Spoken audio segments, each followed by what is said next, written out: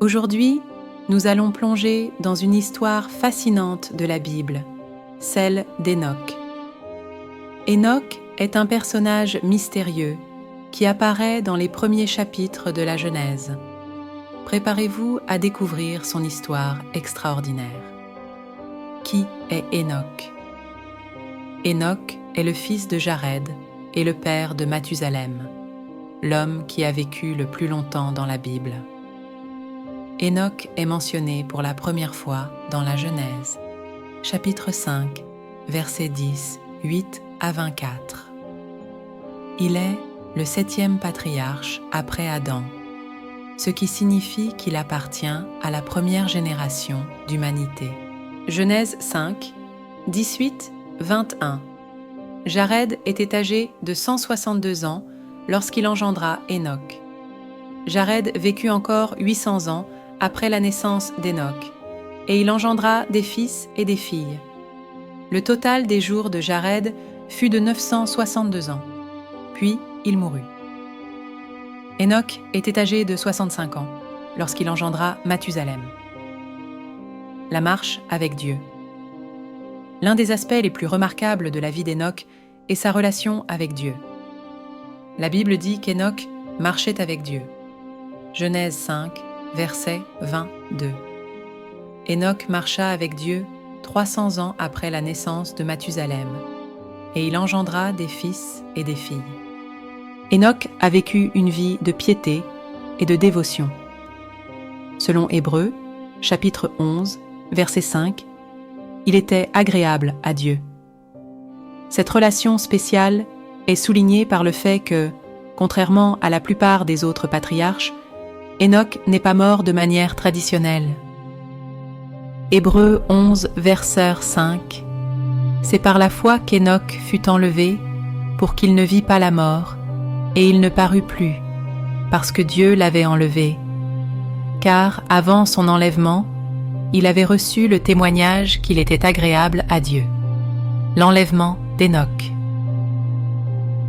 Voici l'élément le plus mystérieux de l'histoire d'Hénoch. Genèse, chapitre 5, verset 24, nous dit qu'Hénoch disparut, car Dieu l'enleva. Cela signifie qu'il n'a pas connu la mort comme les autres. Dieu l'a emporté directement au ciel. Genèse 5, verset 24, Hénoch marcha avec Dieu, puis il ne fut plus, parce que Dieu le prit. Hénoch dans le Nouveau Testament. Hénoch est également mentionné dans le Nouveau Testament. Hébreux, chapitre 11, verset 5, nous dit qu'il a été enlevé pour échapper à la mort, car il avait plu à Dieu. Cette mention renforce son statut unique dans l'histoire biblique. Hébreux 11, verset 5. C'est par la foi qu'Hénoch fut enlevé pour qu'il ne vît pas la mort, et il ne parut plus, parce que Dieu l'avait enlevé, car avant son enlèvement, il avait reçu le témoignage qu'il était agréable à Dieu. Le livre d'Hénoch. En dehors de la Bible, il existe un texte apocryphe appelé le livre d'Hénoch. Bien que non canonique pour la plupart des traditions chrétiennes, ce livre offre des détails supplémentaires sur les visions et les révélations d'Hénoch, y compris des prophéties et des visions célestes. La prophétie d'Hénoch. Dans Jude, chapitre 1, versets 14 à 15, nous trouvons une prophétie attribuée à Hénoch. Il y prédit le jugement de Dieu contre les impies, soulignant son rôle de prophète. Jude 1, 14-15. C'est aussi pour eux qu'Hénoch, le 7e depuis Adam, a prophétisé en ces termes. « Voici, le Seigneur est venu avec ses saintes myriades pour exercer un jugement contre tous et pour faire rendre compte à tous les impies parmi eux de tous les actes d'impiété qu'ils ont commis et de toutes les paroles injurieuses qu'ont proférées contre lui des pécheurs impies. » L'influence d'Hénoch. La figure d'Hénoch a eu une grande influence dans diverses traditions religieuses. Il est respecté non seulement dans le judaïsme, et le christianisme, mais aussi dans certaines traditions islamiques. Son histoire inspire ceux qui cherchent une relation plus profonde avec Dieu. Enoch et la fin des temps.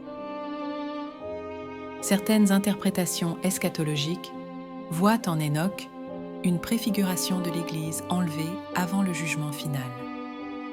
Sa vie et son enlèvement sont parfois comparés à l'enlèvement de l'Église décrit dans Thessaloniciens, chapitre 4, verset 17. 1 Thessaloniciens 4, 17. Ensuite, nous les vivants, qui serons restés, nous serons tous ensemble, enlevés avec eux sur des nuées, à la rencontre du Seigneur dans les airs, et ainsi nous serons toujours avec le Seigneur. Conclusion. Enoch est un exemple puissant de foi et de piété. Son histoire nous rappelle l'importance de marcher avec Dieu et de vivre une vie qui lui est agréable. Merci d'avoir suivi cette histoire incroyable. N'oubliez pas de liker, commenter et vous abonner pour plus de parcours de la connaissance biblique.